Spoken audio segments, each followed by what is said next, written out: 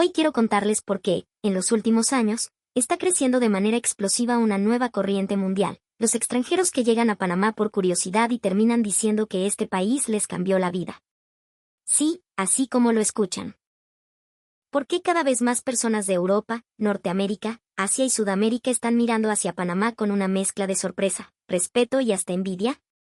¿Qué está pasando en este pequeño país que muchos subestimaron durante años? Durante mucho tiempo, cuando se hablaba de Panamá en el extranjero, la conversación casi siempre se quedaba en lo mismo: el canal, los rascacielos de la capital, las compras, la zona libre, las playas, Bocas del Toro, San Blas, Boquete, el café Geisha. La vida tropical y esa ubicación privilegiada que conecta al mundo entero. Panamá era visto como un destino conveniente, un punto estratégico, un país de paso, un lugar bueno para hacer negocios o pasar vacaciones. Pero ahora la percepción está cambiando de una forma dramática. Cada vez más extranjeros están descubriendo algo que los panameños quizá ven como normal, pero que para muchas personas de afuera resulta casi imposible de creer: una mezcla única de calidez humana, ritmo relajado, orgullo nacional, diversidad cultural, naturaleza cercana, comida con alma. Barrios llenos de historia y una forma de vivir donde todavía existe esa sensación de comunidad que en muchos países ya se está perdiendo. En medio de este fenómeno, la historia de una mujer extranjera se volvió viral y provocó una ola de comentarios en redes internacionales. Su nombre es Emma Wakefield, una británica nacida en Londres, que hace 12 años llegó por primera vez a Panamá. Y lo que encontró aquí no fue simplemente un país bonito. Fue algo mucho más profundo. Algo que ella misma describió como una tranquilidad humana que Europa ya olvidó. Emma había estudiado español en la universidad. Desde joven le fascinaban los idiomas, las culturas mezcladas y los países donde la historia no se cuenta solo en museos, sino también en la calle, en la comida, en el acento y en la forma en que la gente mira a los demás. En una clase sobre América Latina, escuchó hablar de Panamá como un país pequeño, pero decisivo para el comercio mundial. Al principio, pensó lo mismo que piensan muchos europeos: Panamá debe ser solo bancos, barcos y calor.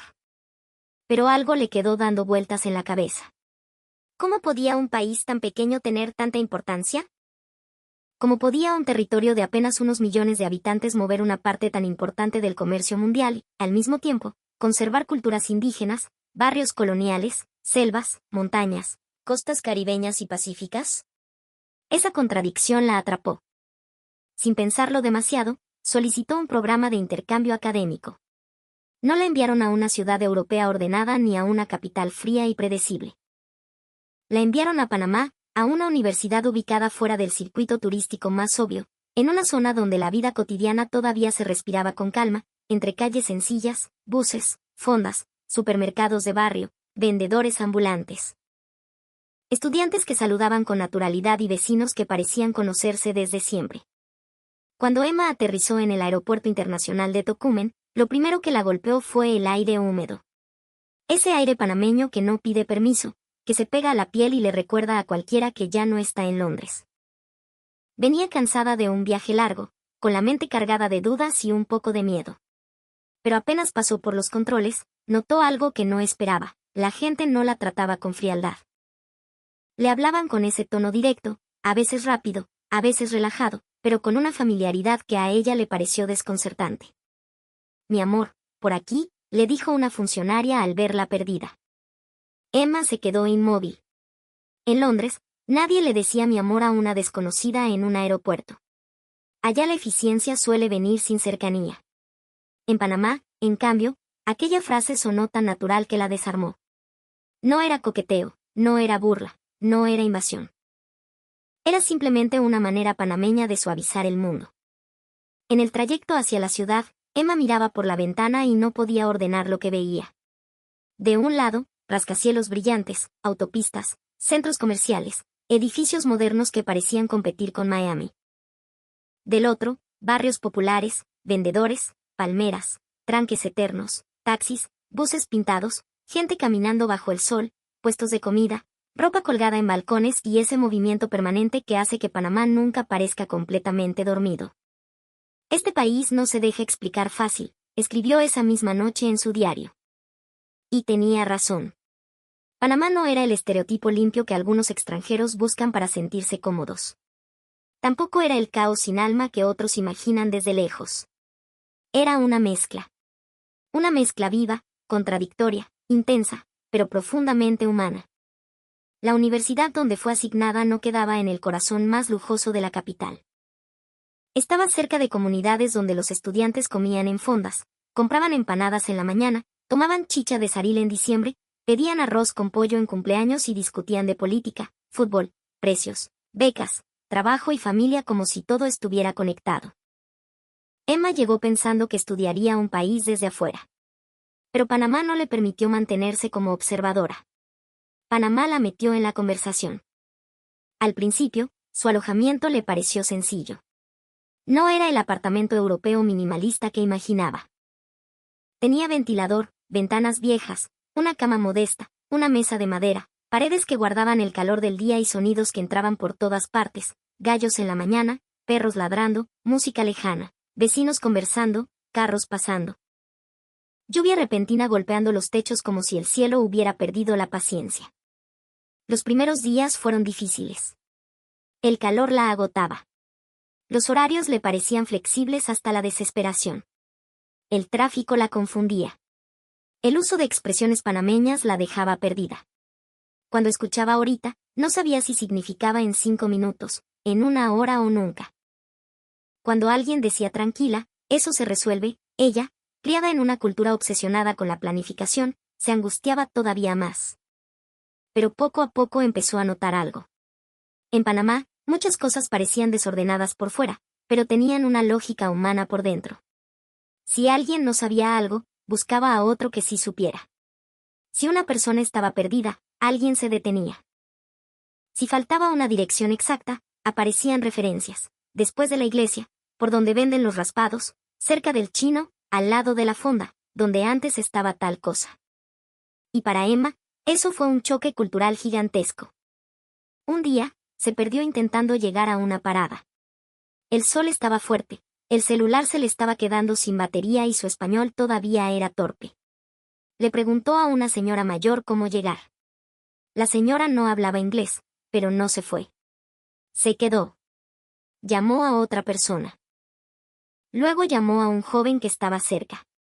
Entre los dos le explicaron con paciencia, usando gestos, nombres de tiendas, colores de edificios y hasta una servilleta donde le dibujaron una especie de mapa improvisado. Emma quiso disculparse por molestar. La señora le respondió, «Ay, mija, ¿y cómo te vamos a dejar perdida?» Esa frase la persiguió durante años. En Londres, Emma se había acostumbrado a resolver sola. Si te pierdes, buscas en el mapa. Si tienes un problema, haces fila. Si necesitas ayuda, intentas no incomodar. En Panamá, descubrió una idea distinta. El problema de una persona puede convertirse por unos minutos en el problema de todos los que están cerca.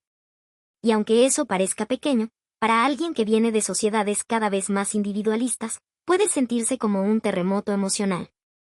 Otro día, frente a una máquina de recarga de tarjeta, Emma no entendía bien qué hacer. Un hombre que iba apurado al trabajo la vio confundida. No se rió. No la ignoró. Se acercó, le explicó rápido, le mostró cómo usar la tarjeta y se fue casi sin esperar agradecimiento. Emma no recordaba si sonrió o no. Lo que sí recordaba era la acción. Esa capacidad de ayudar sin convertir la ayuda en espectáculo. En Panamá descubrí que la amabilidad no siempre viene envuelta en palabras suaves. A veces viene en una mano que aparece justo cuando la necesitas, escribiría años después en redes. Con el paso de los meses, Emma empezó a enamorarse de lo cotidiano. No de los grandes lugares que salen en postales, sino de los detalles que los propios panameños muchas veces pasan por alto. La señora que vende hojaldres y saluda a todos por su nombre. El conductor que discute, pero igual espera a que suba una persona mayor. La vecina que guarda comida para alguien que vive solo. El amigo que llega tarde, sí, pero llega con algo para compartir. El desconocido que dice buen provecho aunque no te conozca. El señor que recomienda dónde comprar más barato. La gente que se queja del país con pasión, pero que se enfurece si un extranjero lo desprecia. Y aquí viene algo que para mí, como narrador, es clave. Panamá tiene una relación muy particular con el orgullo. El panameño puede criticar su país todo el día.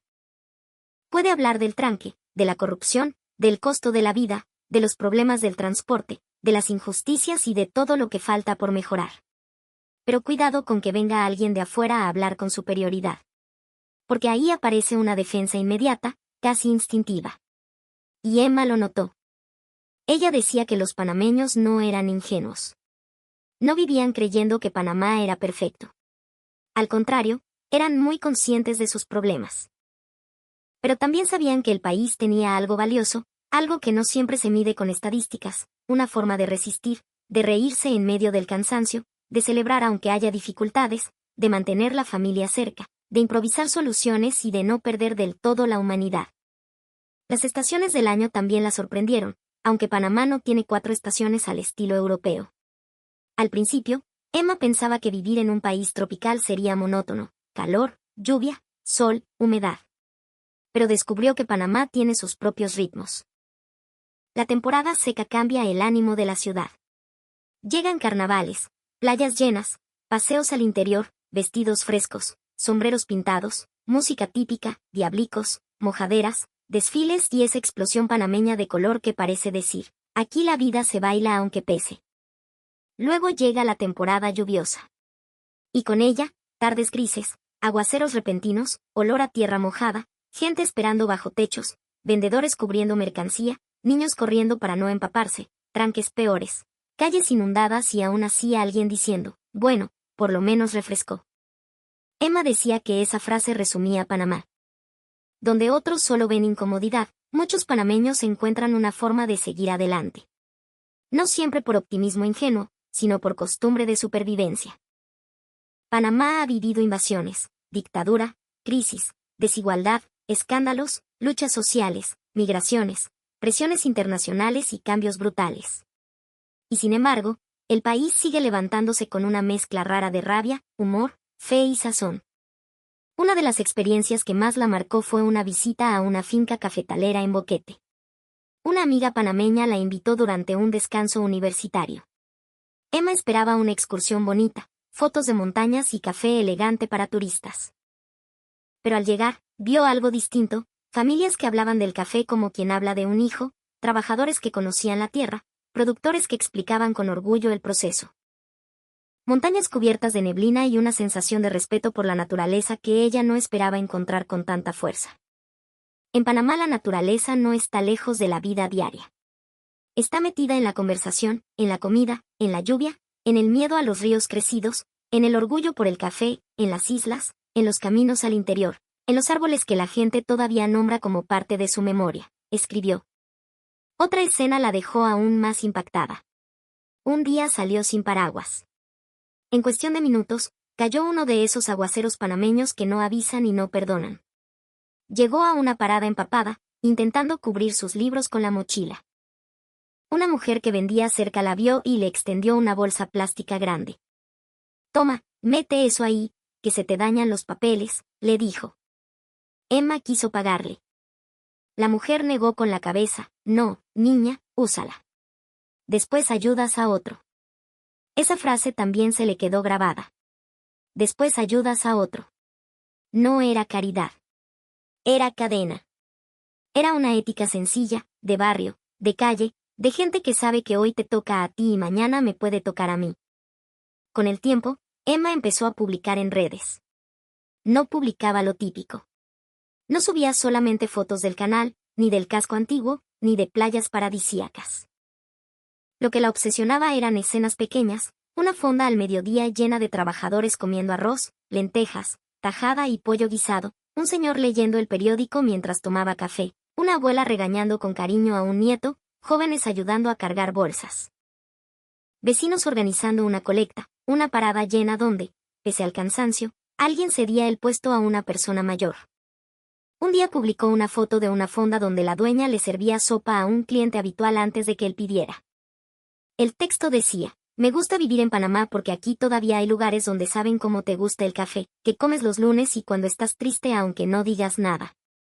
Esto no es solo comida. Es memoria comunitaria. La publicación explotó. Panameños comentaban con orgullo, así somos, aunque a veces se nos olvide. Extranjeros decían, necesito conocer ese Panamá. Otros escribían, pensé que Panamá era solo un centro financiero, pero esto me cambió la mirada. Y algunos, por supuesto, criticaban, eso es romantizar la pobreza. Pero Emma respondió con claridad, no estoy diciendo que Panamá no tenga problemas. Estoy diciendo que incluso en medio de sus problemas conserva una humanidad que otros países ricos han perdido. Y esa frase encendió el debate. Porque tocaba una herida incómoda. En el mundo moderno, muchos países presumen de eficiencia, trenes puntuales, salarios altos, tecnología, sistemas impecables. Pero al mismo tiempo, millones de personas viven solas, aisladas, desconfiadas, sin hablar con sus vecinos, sin mirar a los ojos al desconocido. Emma no negaba las ventajas de esos países. Pero decía algo polémico, la modernidad sin calidez puede convertirse en una jaula elegante. Y para ella, Panamá le mostró otra posibilidad. Sus publicaciones comenzaron a circular en foros internacionales. Una cadena británica la invitó a una entrevista en un programa sobre extranjeros que habían cambiado su visión de América Latina. El segmento se tituló Panamá más allá del canal, la vida cotidiana que sorprende al mundo. Después de la emisión, miles de personas buscaron sus redes. Durante la entrevista, Emma dijo algo que muchos panameños compartieron con emoción. Yo no miro Panamá como turista. Lo miro como alguien que aprendió a vivir aquí. Y lo que más me impactó no fueron los rascacielos ni las playas. Fue descubrir que en Panamá la gente todavía interviene en la vida de los demás, a veces de forma ruidosa, a veces imprudente. Pero muchas veces con una intención profundamente humana. Los comentarios llegaron de todas partes. ¿De verdad existe un país así? Yo fui a Panamá y sentí eso en el mercado. Me ayudaron cuando me perdí en Albrook. Un taxista panameño me defendió cuando me querían cobrar de más. Pensé que era exageración, hasta que fui. Pero también hubo panameños que reaccionaron con escepticismo. ¿Dónde vive ella? Porque el Panamá real también es duro. Y tenían razón. Panamá no es una postal.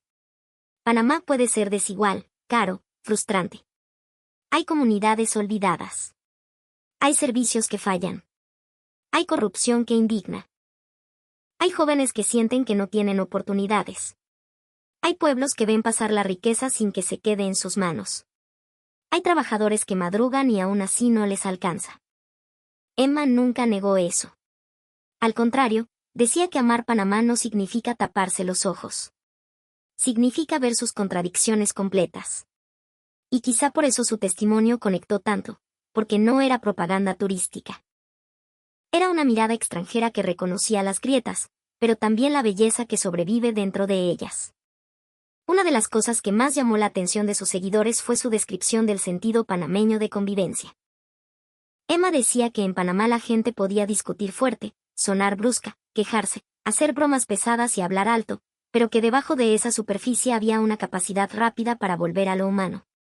En un bus alguien podía pelear por el espacio, y minutos después ayudar a una madre con un coche. En una fila alguien podía reclamar, pero también avisarte si se te cayó algo.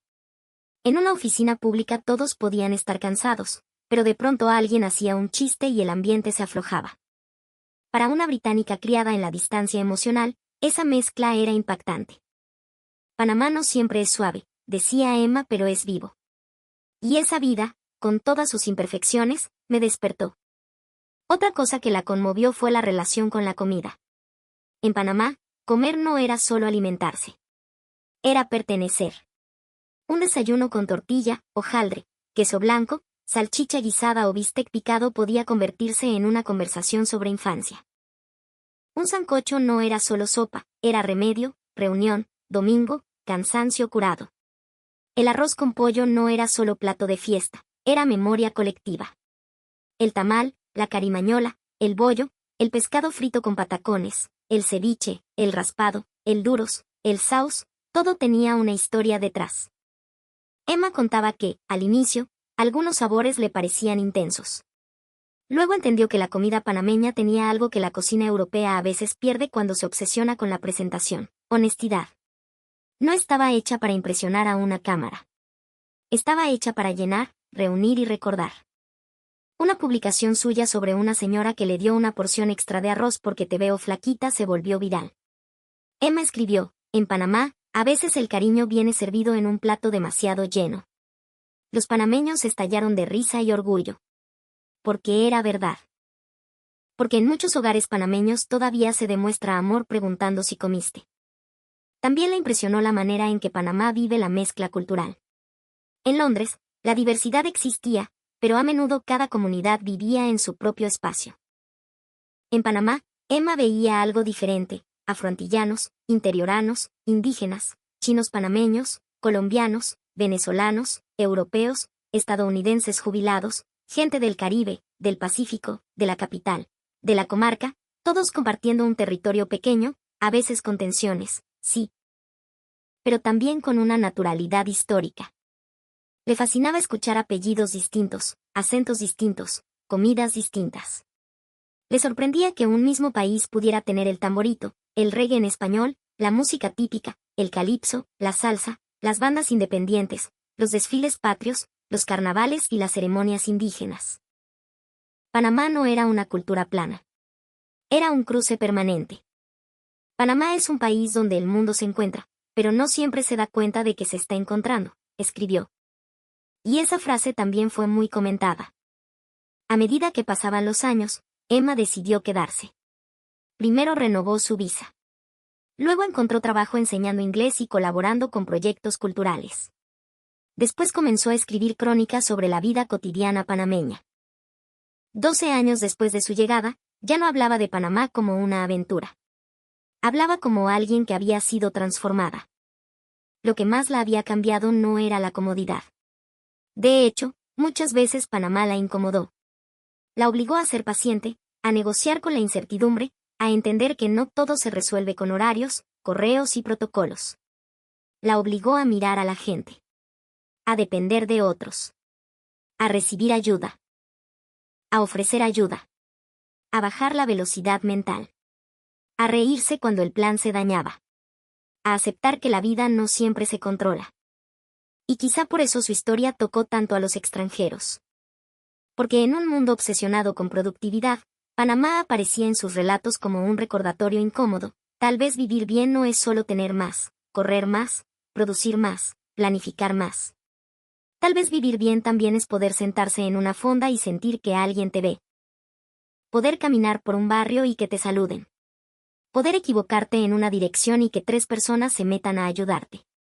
Poder sentir que, aunque el país tenga problemas, no todo está roto. Emma también hablaba de la limpieza y el cuidado de los espacios, pero con matices. No decía que Panamá fuera impecable en todas partes. Sería mentira. Hay basura en calles, playas descuidadas, ríos contaminados, espacios públicos abandonados. Pero lo que le impresionaba era otra cosa: cuando una comunidad panameña decide cuidar algo, lo cuida con un orgullo feroz. Lo veía en pueblos donde vecinos pintaban bancas, limpiaban parques, organizaban ferias, decoraban calles en fiestas patrias, protegían tradiciones y defendían su escuela o su iglesia como si fuera parte de la familia. En una ocasión visitó las tablas durante una celebración. Esperaba fiesta, ruido y exceso. Encontró eso, claro, pero también una disciplina comunitaria detrás del caos aparente: familias organizando, mujeres preparando comida, músicos ensayando, jóvenes ayudando, mayores corrigiendo, todos sosteniendo una tradición que no sobreviviría sin esfuerzo colectivo. Desde afuera uno ve fiesta. Desde adentro entiende que la cultura también es trabajo, escribió. Esa observación impactó a muchos. Porque los extranjeros suelen consumir la cultura latina como espectáculo, pero pocas veces ven el trabajo invisible detrás: las manos que cocinan, cosen, cargan, limpian, ensayan, decoran, organizan, sostienen.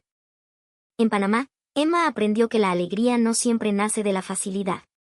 Muchas veces nace precisamente porque la vida es difícil. Y esa fue una de sus conclusiones más polémicas: los panameños no son alegres porque no tengan problemas. A veces son alegres porque si no se ríen, se hunden. Algunos la criticaron. Otros dijeron: eso es exactamente así. La frase se compartió miles de veces. Pero el momento que terminó de volverla conocida ocurrió durante una entrevista internacional.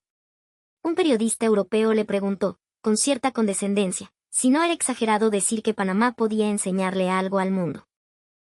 Emma lo miró y respondió: la pregunta revela el prejuicio. Ustedes creen que los países pequeños solo deben aprender de los grandes. Pero Panamá lleva siglos sobreviviendo a fuerzas más grandes que él. Y aún así conserva una calidez que muchos países ricos perdieron. Eso también es civilización. El estudio quedó en silencio. Y en Panamá, ese fragmento se volvió viral. Porque no era solo una extranjera halagando al país. Era una extranjera defendiendo a Panamá ante una mirada arrogante. Y eso tocó una fibra nacional. Durante años, muchos panameños han sentido que el mundo mira el país con interés económico, pero no siempre con respeto cultural. Se habla del canal, de bancos, de papeles, de logística, de inversión. Pero pocas veces se habla de la gente común que sostiene el país todos los días. Emma puso el foco ahí. En la señora de la fonda. En el conductor cansado. En el estudiante que ayuda a una extranjera. En el vendedor que fía. En el vecino que presta una herramienta. En la abuela que cocina para todos. En el joven que carga una maleta sin pedir nada. En el interiorano que abre su casa. En el capitalino que se queja, pero resuelve. En el panameño que tal vez llega tarde, pero llega con corazón. Y para muchos extranjeros, esa imagen fue reveladora. Durante sus 12 años en Panamá, Emma también entendió algo más. El país no necesita fingir perfección para ser admirable. De hecho, su poder está en otra parte. Panamá es admirable porque, pese a sus contradicciones, sigue siendo un punto de encuentro. Porque puede ser moderno y profundamente tradicional al mismo tiempo. Porque puede tener rascacielos y gallos cantando. Porque puede tener tranques desesperantes y playas que parecen salvarte el alma. Porque puede tener debates durísimos y luego una mesa donde todos comen juntos.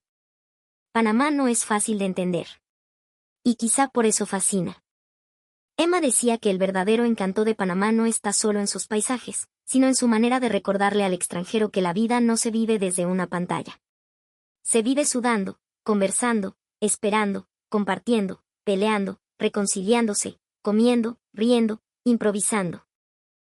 Se vive en la calle, en el mercado, en la parada, en el barrio, en la familia, en el interior, en la costa, en la lluvia, en el calor. Esa es la Panamá que ella quiso mostrar. No una Panamá maquillada para turistas. No una Panamá perfecta. No una Panamá convertida en folleto. Sino una Panamá humana, contradictoria y poderosa. Y justamente por eso sus publicaciones tocaron al mundo. Porque muchas personas no están buscando solo destinos bonitos. Están buscando señales de que todavía existen sociedades donde la gente se mira, se ayuda, se reconoce. Están cansadas de ciudades donde nadie habla con nadie. Cansadas de vidas impecables por fuera y vacías por dentro. Cansadas de una modernidad que promete comodidad, pero entrega soledad.